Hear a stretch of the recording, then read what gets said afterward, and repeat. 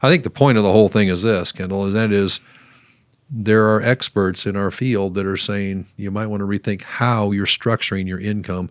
It's not the normal status quo, do it all garden variety stuff anymore. You better rethink this stuff. We've been doing this for 20 years and serving hundreds of families. We're going to bring solutions to your situation. How do you choose a financial advisor? How do you know who you should That's work with? the value of that 210 core, of moving everything towards a purpose on purpose. Hey everybody, welcome to Your Retirement Blueprint Podcast. I'm Kendall Stahl alongside my co-host, Mr. Phil Cooper. Hey everybody, thanks for tuning in. Today we're going to talk about a lot of good things, mainly the 4% rule and inflation, but we'll get to that in a minute. I know what I'm excited about, and that is the fact that it is sunny and 75. I know, it's amazing. Feels great. This is tractor mowing weather. To be frank, I'm not sure why we're recording podcasts right now. We're not outside. I'll meet you at the mower. Let's go. All right. Thanks for joining us, folks. We'll see you next time. Good show. No, but really, 4% rule. The creator of it, I can't say his name, Bill. Bangan. Yep, that guy. Mr. Bangan. He is coming out and saying that the 4% rule is maybe going to be a little tough to make happen nowadays. Tell everybody what the 4% rule is. 4% rule. Wow. By show of hands, anyone listening today, ever heard of the 4% rule? Here's what the 4% rule means. This Mr. Bangan developed this many, many years ago, and he said you've saved a bunch of money in your bucket. Your bucket could be an IRA or 401k or brokerage account. Doesn't matter. You got a bucket full of money.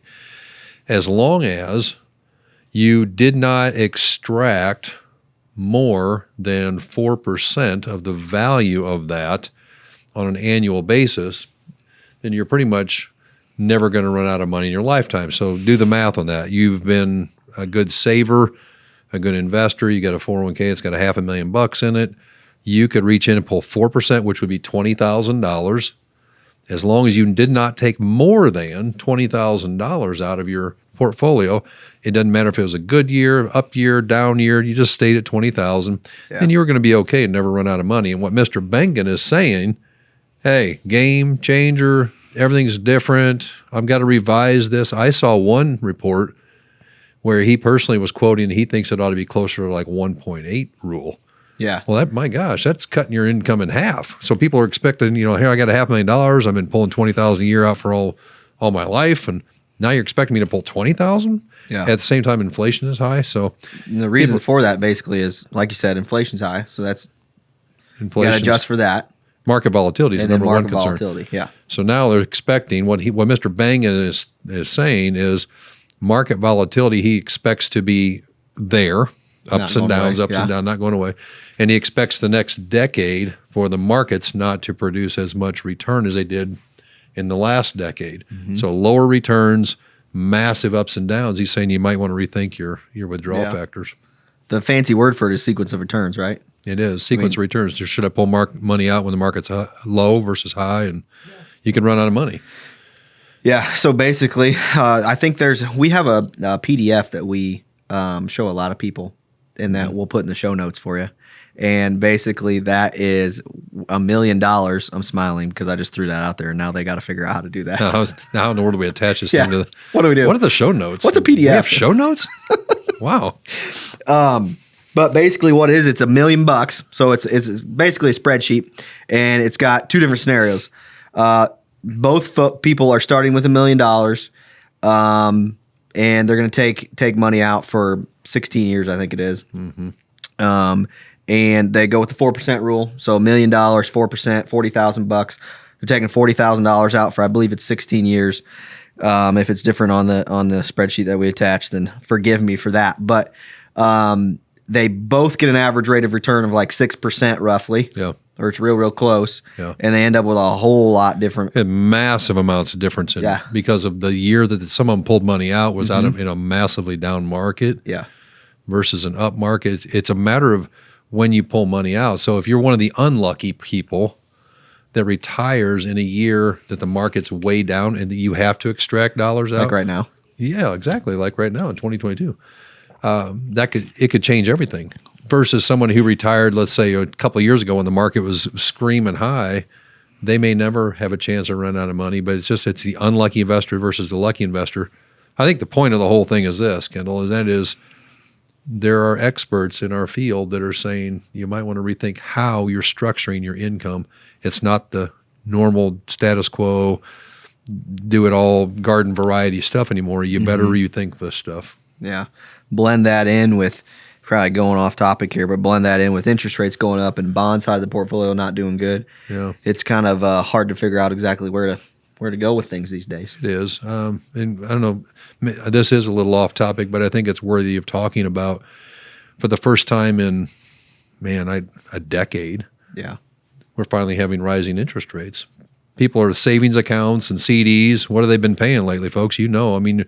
Nothing, right? The bank's been really, really happy to give you absolutely no return at all on your savings account, your money market account, your checking account, those kind of things. And now that's going to change. But what's going to take place is the way that we've invested money for the last 10, 20, 30 years is we have some in bonds, some in stocks. We ran to stocks for growth. You ran to bonds for safety. Yeah. The problem is when the rising interest rates, you're going to see a deflation of bond prices. It could be a difficult time for people if they don't change their strategy right now. I think it's really important for folks to understand where their income is coming from, and why, and because of all those things we've been talking about, right? We got to set up some sort of a plan to where you can take income every year and not have to worry about the sequence of returns type of an issue we've been talking about. And how this 4% rule is maybe not going to work out quite like it has been. You got to have your money parked in different places where when the market's bad, like it is right now, and whatever it is, May of 2022, you can pivot and take it from somewhere else. And then when the market's screaming hot, you can take it from those accounts. The growth accounts. I agree with that. Yeah, and we've got to have to. It has to come down to building a financial plan. Yeah, you have to know if the world changes, or I should say this, when the world changes, you have to have a plan that allows you to pivot, not just say, well, I've got this account right here, Phil. Yeah. Well, that one account is not going to be enough. There might be enough money in the account, but that one strategy is not going to be enough. That if the markets are wildly swinging, you've got to have some flexibility in that plan to say, forget that account for today. I'm going to pull from this account over here because it's better for me long term. Some of you that have followed along with us understand kind of how we build financial plans and how we liken it to building a home. We always start with the foundation because that's the most important part. You got to have an income plan, right? And that's what we're talking about, so we can weather any of the storms that come our way. What do we always, I was going to say famous for saying, I'm famous in my own mind for a lot of things. I didn't know you were famous. I'm very famous in my own mind. Get your autograph later.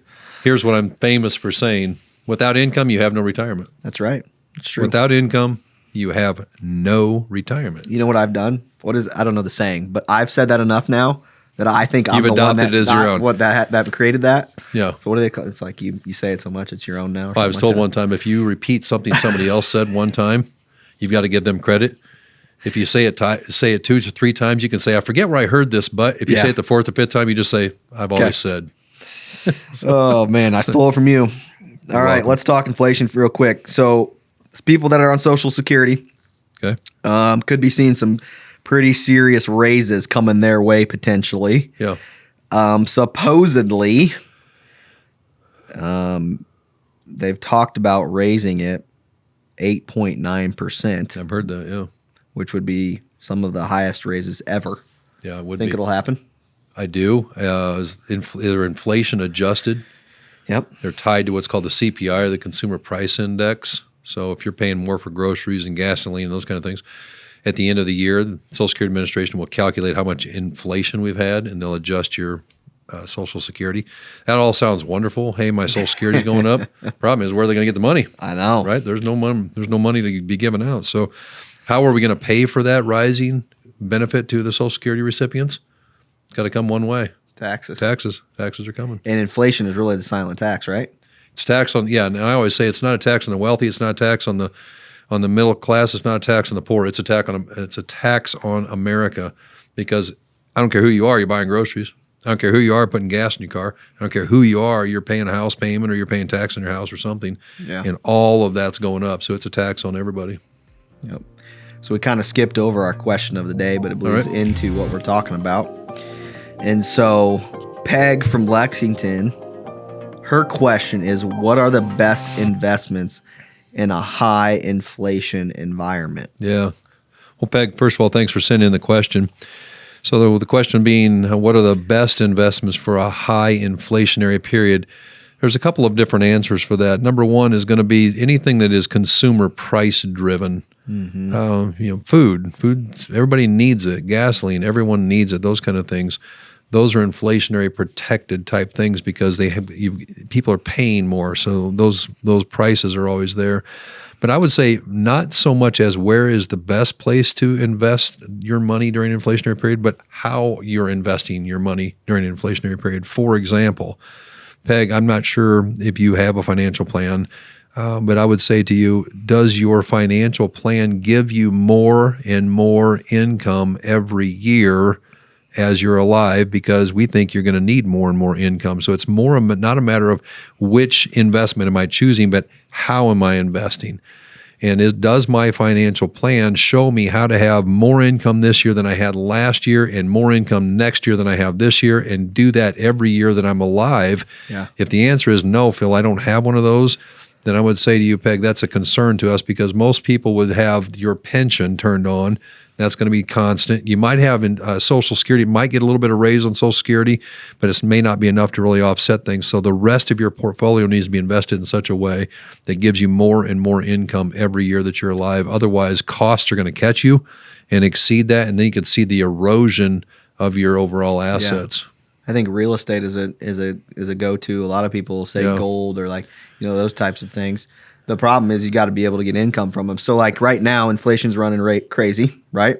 And folks that own those hard assets have probably done really well. Farmland, rental property, whatever the case may be, those values keep going up, and they'll probably come back down at some point, but they probably won't ever go back down to probably won't, where they were. Unless we have some kind of bubble burst. But I would also say, though, along these same lines, and we always call it the 3T test. Yeah. Do you have the time, the temperament, or the talent for those things? So real estate's a good investment, right? If you've got the time for it, if you've got the talent for it, do you want to be a landlord? Yeah. Do you have the time, temperament, or talent? I'm not sure which one. Do you have the time? Do you have the personality, talent? Those are the three temperament, things. and talent. That's three. If you could say no to one of those T's, that investment's out for you.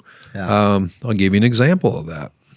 Me and screwdrivers, or me and a hammer, or me and a wrench, they don't go together, right? Not really. So if somebody's calling me at 2:00 in the morning because I need to fix a toilet, it isn't happening. So I got to say no to one of those T's. So that's out for me. And the other thing too is if you want something that's on autopilot, I don't want to be involved every day with my investments. Well, then you may not want real estate, or you may not want farmland or something. Okay. Well, I think we answered that question pretty well. What else? You got anything else that we wanted to cover on 4% rule? Yeah, I think it is something that we can still apply, but be flexible with it. This market that's really, really volatile right now, it may be okay. It may smooth out over time, and the 4% rule might be favorable again. But however, if it's not, I'd say we need a plan in place for all of our folks that are listening that allows you to have income in a good market, in a bad market, and a rising income every year the rest of your life. So I think that according to Fannie Mae, they are saying that the U.S. economy is facing a modest recession in the next year. Mm-hmm. Do you agree with that? I think we're already there. Yeah. What is a recession? Is people not spending as much money as they used to, or unable to spend as much money? Inflation has caused that. People are redirecting their dollars away from the things that they used to spend them on in order to be able to buy the things that they have to buy. That's recessionary period. Yeah, I agree. But also to that point, I just sent out a video to our clients this week, I think, and there was some information in there from First Trust, I believe is what it was from, and they were basically laying out here's how long recessions last and things like that, and I believe it's 11.3 months was the average recession, and then the average – I'm sorry, no, that's not true. The average bear market is 11.3 months. Average bull market's 4.5 years, or 4.4, much longer, something like that. So it's typical. It's normal. This is a very normal cycle. It stinks because nobody likes it, right? Yep. Nobody likes to open their statements right now, but this is normal.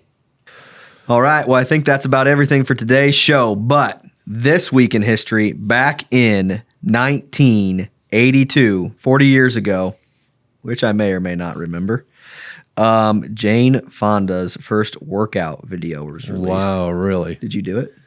I didn't do it, but she was the beginning of the whole home workout scene, man. Jane Fonda. Every young boy knew who Jane Fonda was. If you knew Jane Fonda, you were fond of Jane. And on that note, we'll see you all next week. Thanks for watching.